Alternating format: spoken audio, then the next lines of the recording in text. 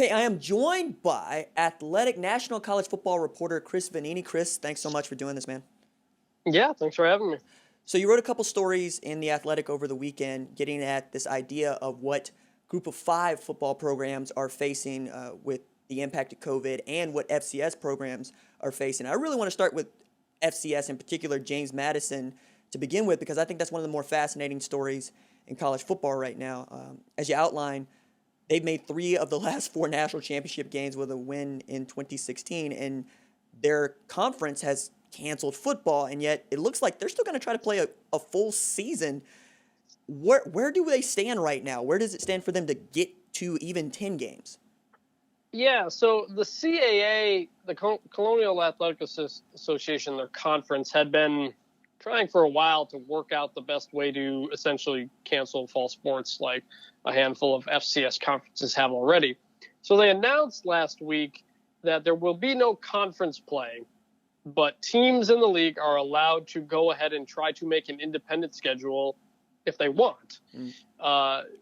So James Madison and Elon in that league said they will try, and Villanova is considering it.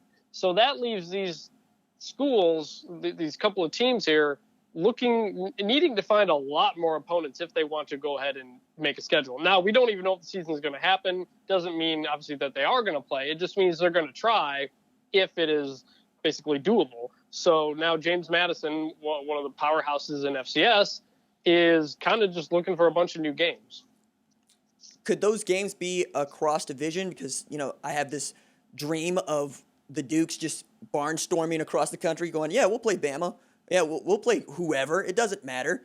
We just want to play football. Well, they said they would prefer within driving distance. Okay. They are in I think it's in Virginia. And so there's a good amount of teams in that whole Chesapeake Bay area that they can drive to. They have talked to FCS and FBS teams. The athletic director wouldn't get into specifics on who that is.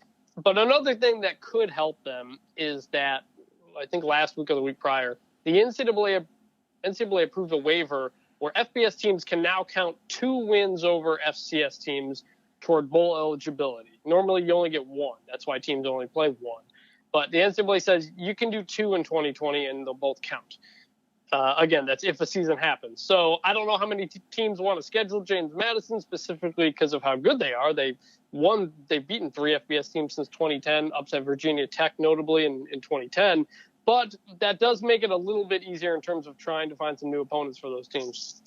As you understand, is their game with North Carolina still on? As far as I'm going to say right now, it is. Okay. The ACC is going to try to wait till the end of the month before making a call, but it sounds like that game is still on. Right on. So moving to Group of 5, where I think it's a little bit different conversation because of television money, but at a place like my alma mater, I went to the University of Tulsa, there's not really a pay game on the schedule, and right now the plan is still to play all 12, and it sounds like that's what the conference commissioner, Mike Oresco, wants to do. Yeah, 12, if you have 12, a number of Sure. teams have already lost games from other people canceling certain things.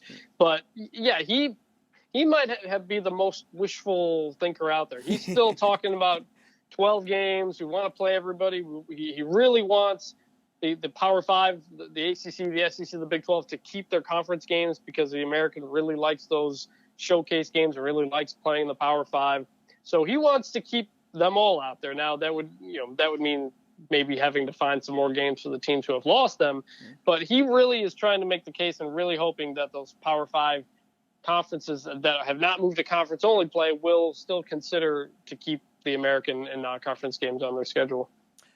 This would make the American, for me, a football conference if they're able to pull that off and thread this needle. And that's been a criticism of that conference. It was built on basketball being its reputation, and they tried to push the Power 6 brand at the start of last year. I, like many others, made fun of them, but with this commitment to trying to play, I think they make a good argument for themselves down the road about how we would consider a Central Florida or a Houston or a Cincinnati who is able to go through the season without a loss in this thing called the college football playoff.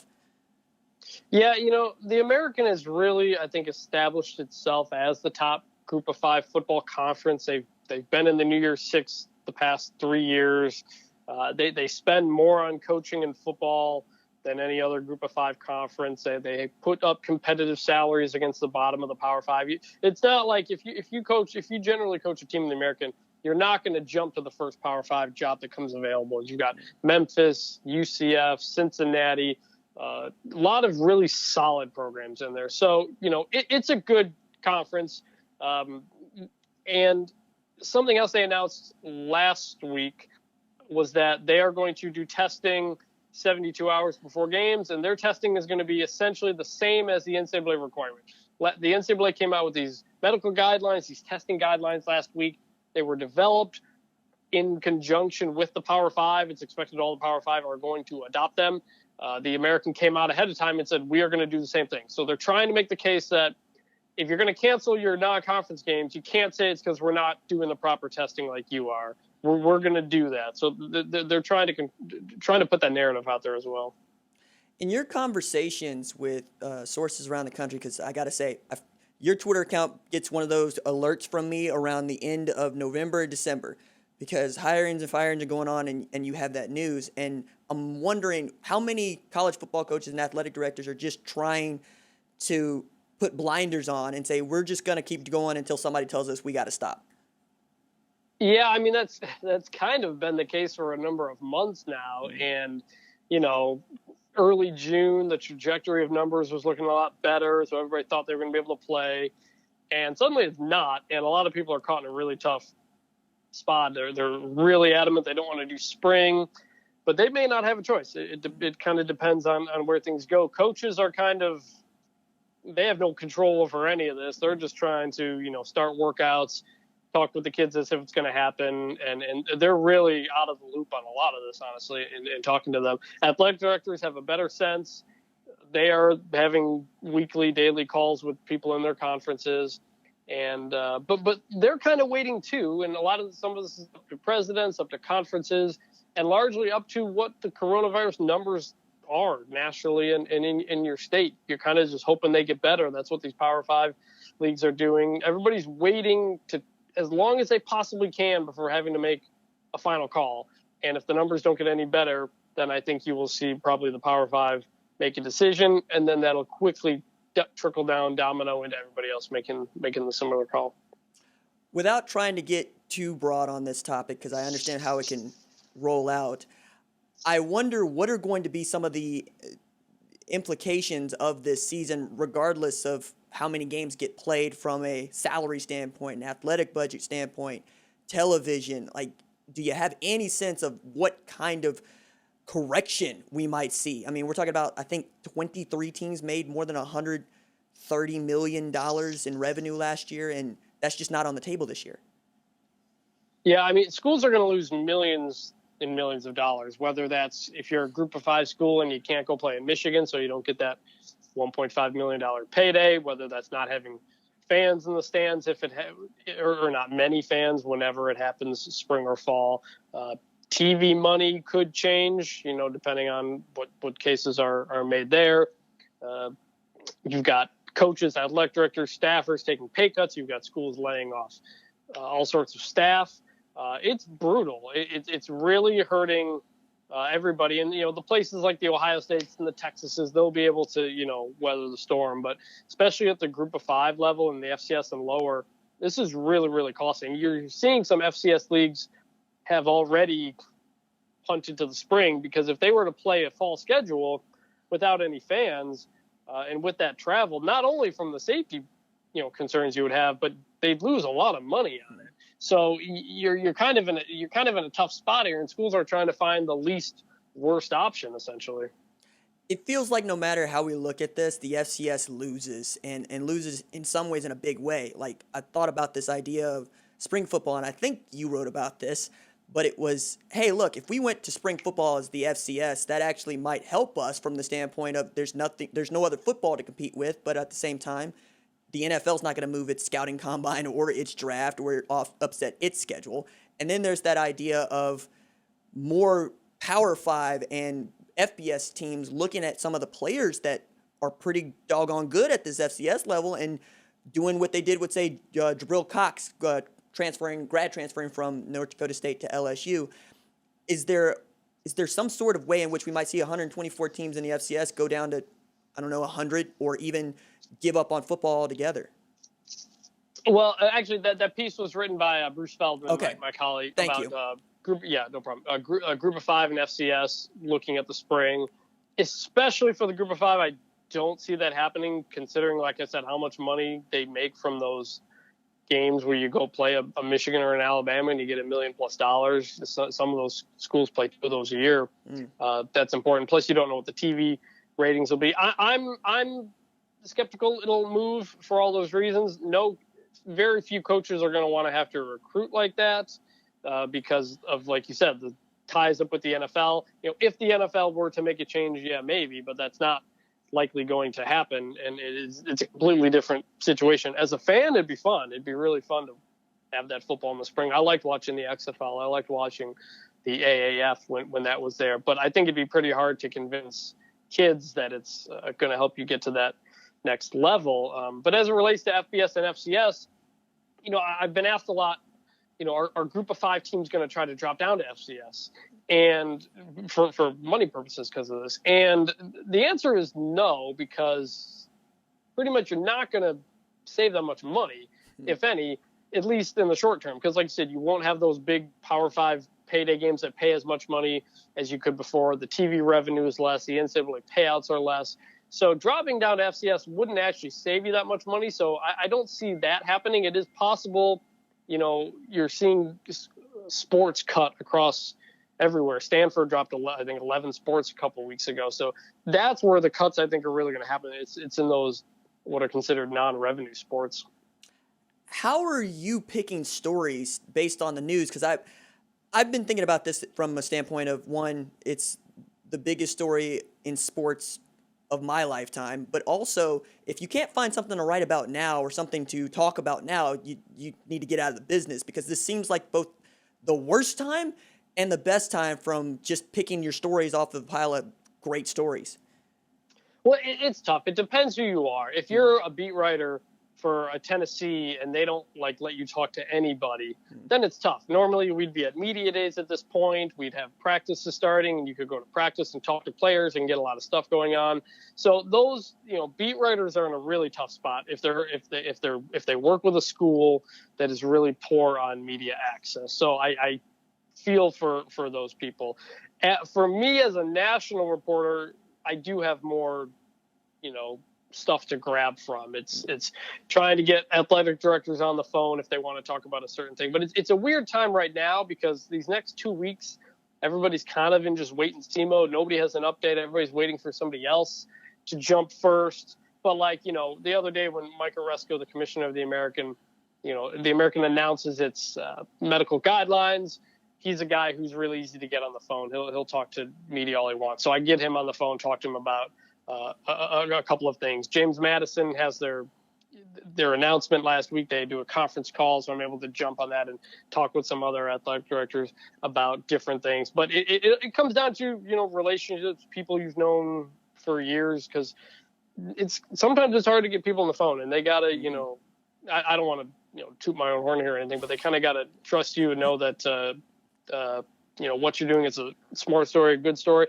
And the other thing is just finding unique stuff. So our Tennessee writer, David Oven, does a great job on a very difficult beat. Did a story last week about Tennessee's game contracts, and that their game with Charlotte does include the word pandemic in the cancellation. So they may be able to get out of that game without having to pay anything. I wrote last week about face shields and helmets. And so it just kind of, I was just thinking, hey, if we do play, everybody needs to be wearing masks, right? Are they doing anything with helmets? So I reached out to a guy I met a couple years ago who works for the helmet company, and he pointed me in the right direction of something they were working on. So in terms of finding stories, you really got to be creative and just, trying to figure out what the basics are.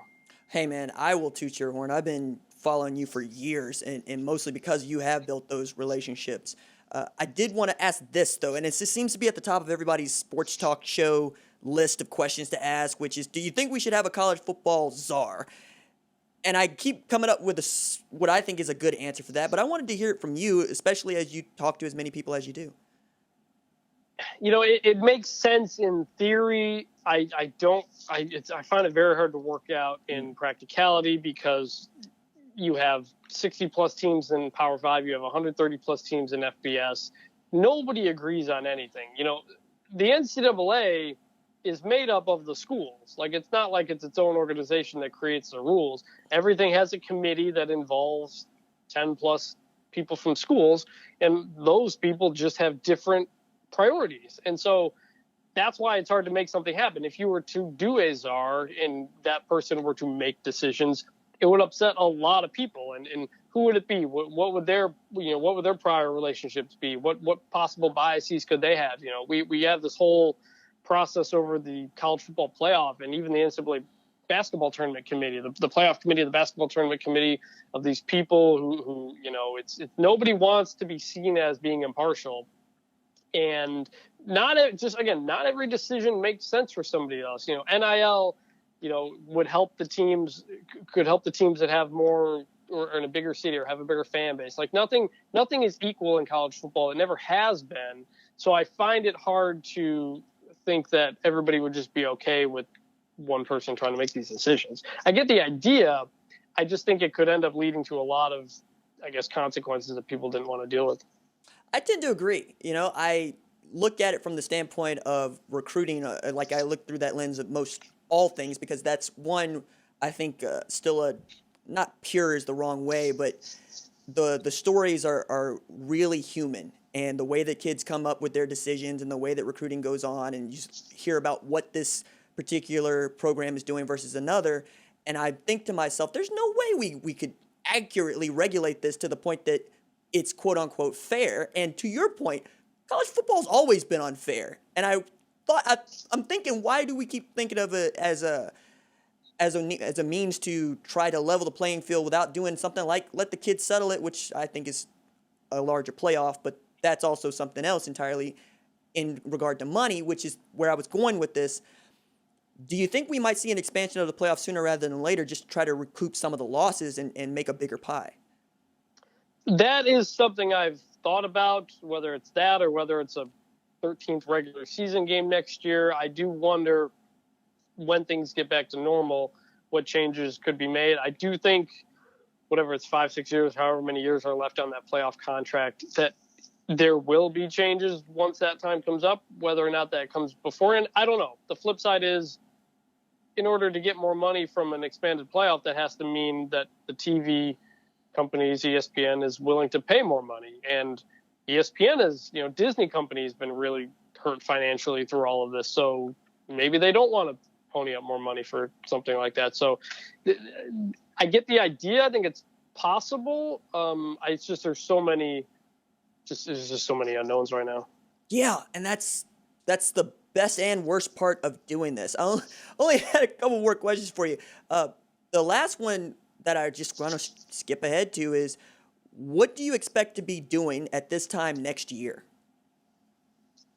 At this time next year, I expect to be at media days, hopefully. The conference media days are typically second half of June.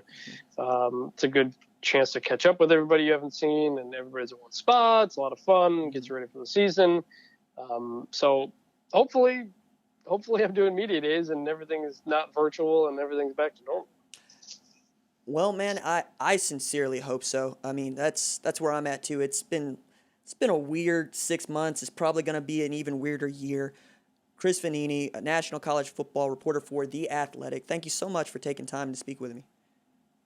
Yeah, no problem. Thanks for having me.